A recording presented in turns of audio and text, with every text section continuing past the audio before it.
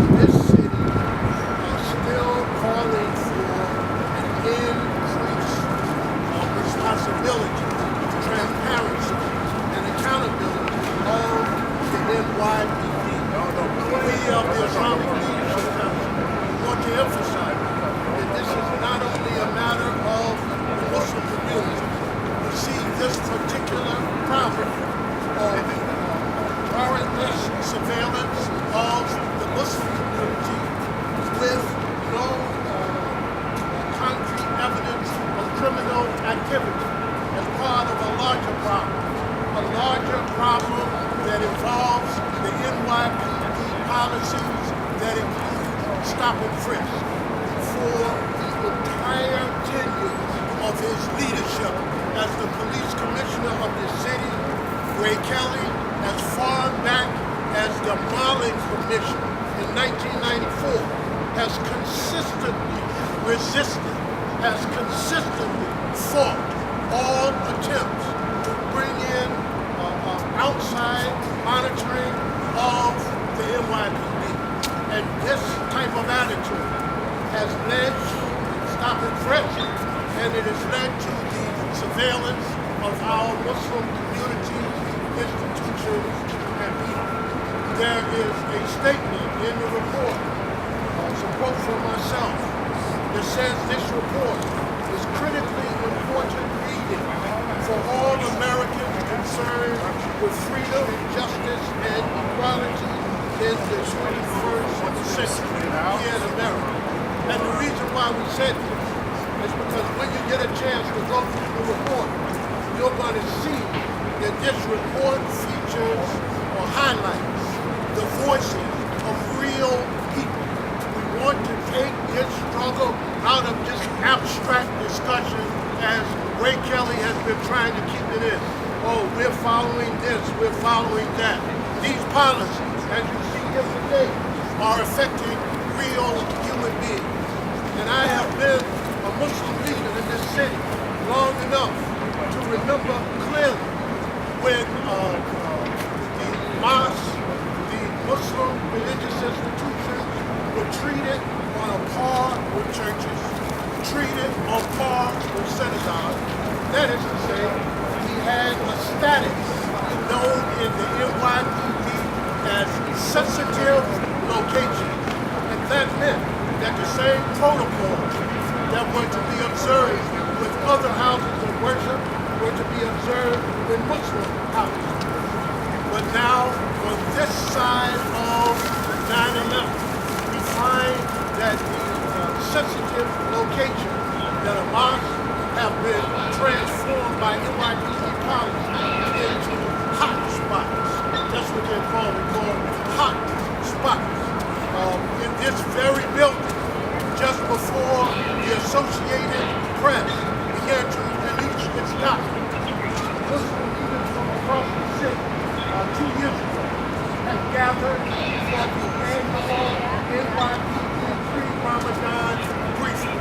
At that briefing, I posed 3 questions to the police commissioner, Ray Kelly. The first question that I posed to him was I asked him if he would clarify for the Imam and Muslim leaders the matter that was still under discussion regarding the film The Third Jihad.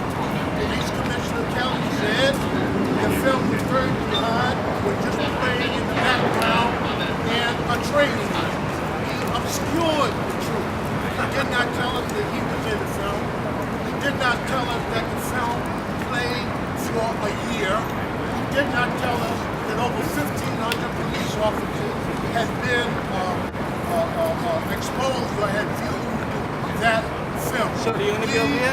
Then began to see, after the AP report began to surface, that Police Commissioner Kelly was not being forthright with those of us who are Muslim leaders. He was not being honest. He would not stand in front of a group of Catholic leaders, or a group of Protestant pastors, or a group of rabbis, and purposely obscure the truth.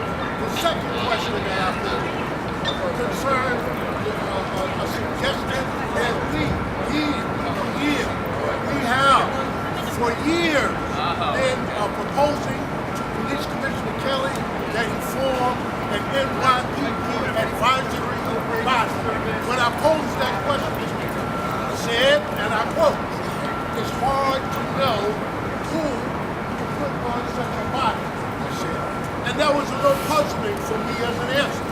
Because personally, I know several imams who for decades have been working in the precinct level throughout this city in cooperation with the NYPD.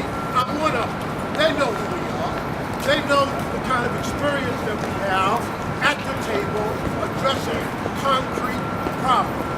And then the third and last question that I said that in the midst of your monitoring of the Muslim community, this meeting occurred right after the murder of Muslims in Norway by an extremist.